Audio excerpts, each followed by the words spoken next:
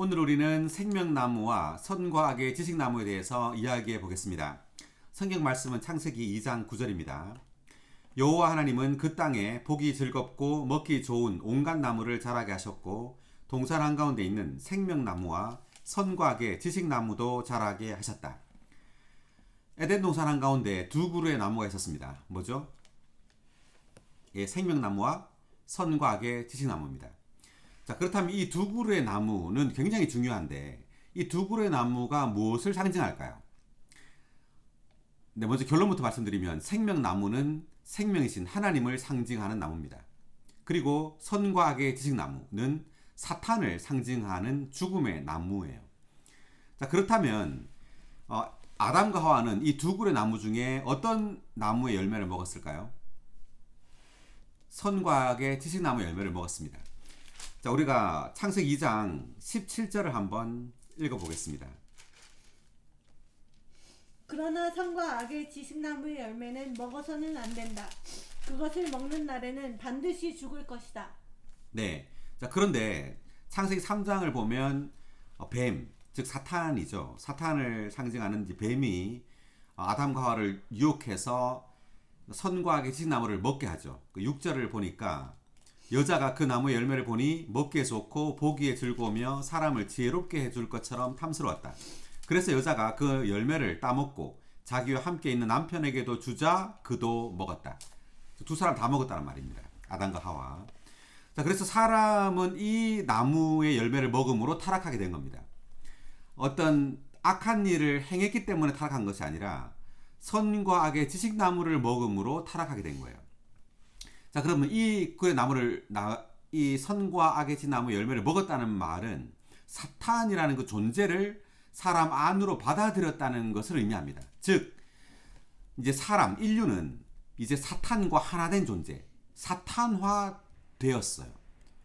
자, 그러므로 이제 사람은 사탄처럼 말하고 사탄처럼 행동하게 된 겁니다. 그래서 도둑질도 하고 살인도 하고 이 모든 것이 사탄의 행동입니다. 이것이 이 그루의 나무를 먹음으로 이제 사탄과 하나 되었다는 것을 의미하고요. 생명나무는 생명이신 하나님을 상징하는 나무입니다. 자, 그래서 하나님 그분 자신을 생명으로 우리에게 계시하셨어요. 자, 이 생명은 내적인 거죠. 내적인 생명입니다. 즉 외적인 능력이 아니라 하나님은 우리에게 내적인 생명이 되기를 원했다는 것이에요. 그래서 사람은 하나님을 생명으로 사람의 존재 안에 받아들임으로 이제 사람이 하나님을 표현하고 하나님을 살기를 원했던 겁니다. 자, 여기 각주가 있는데요. 각주 9의 2번 각주를 한번 읽어보겠습니다. 생명나무에 대한 각주. 하나님께서 그분 자신의 목적을 이루시기 위하여 밟으신 절차의 둘째 단계는 창조된 사람을 생명나무 앞에 두신 것이다. 이 생명나무는 음식의 형태로 사람에게 생명이 되시는 그리스도 안에 체현되신 삼위 하나님을 상징한다. 네, 이 생명나무는 음식의 형태라 그랬죠. 이 생명나무이기 때문에 이 나무가 상징한다는 것은 음식이라는 것을 의미합니다. 이제 하나님은 사람의 음식이 되기를 원했던 겁니다. 그래서 요한복음에 보면 주님 그분 자신이 생명의 떡이라고 말하죠. 자, 떡이라는 말이 의미하는 것은 이제 주님 자신이 이제 사람의 음식으로 사람 안으로 흘러 들어오기를 원했다는 것을 의미하는 겁니다.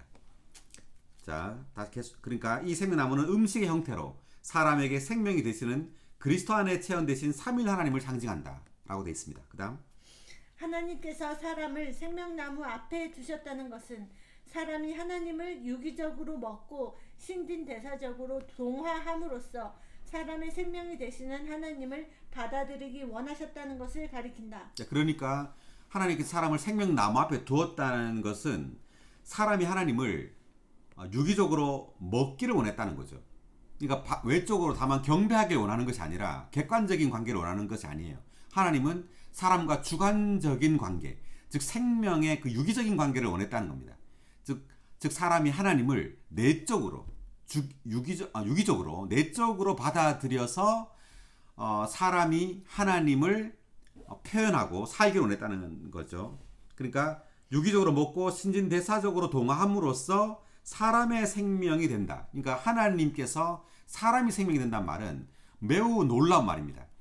그러니까 하나님이 사람의 생명이 된다는 말은 사실 하나님이 사람이 된단 말이에요. 거꾸로 말하면 사람이 하나님이 된단 말입니다. 하나님이 생명으로 사람 안에 들어옴으로 사람은 하나님이 돼요. 즉 하나님의 생명과 본성을 가지고 하나님을 표현하는 하나님의 많은 아들들이 된단 말이죠. 그래서 하나님이 갖기를 원하는 것은 아들들입니다. 하나님과 하나 된 하나님의 생명을 가진 아들들을 원한다는 겁니다. 계속. 그렇게 할 때 하나님은 사람의 존재를 조성하는 조성성분이 되실 수 있으시다. 요한복음 1장 1절과 4절에 따르면 생명은 하나님 자신이신 말씀 안에 있다.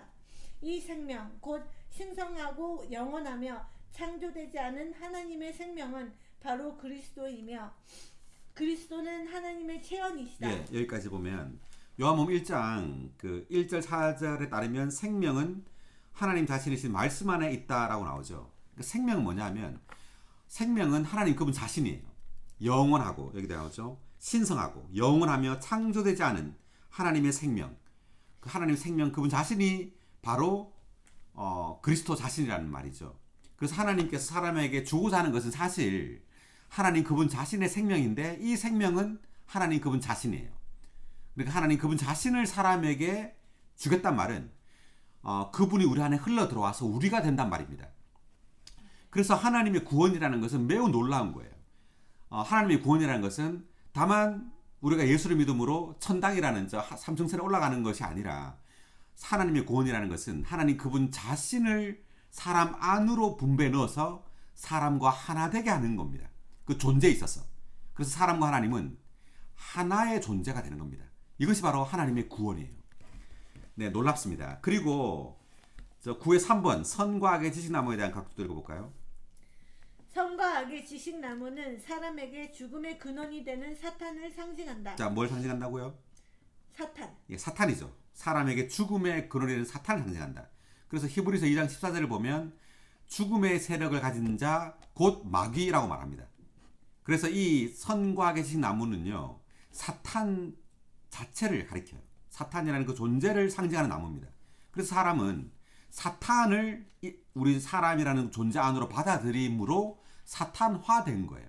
그래서 타락한 사람이 주님을 믿지 않을 때 사탄이 들어가는 그 불못으로 들어가는 겁니다.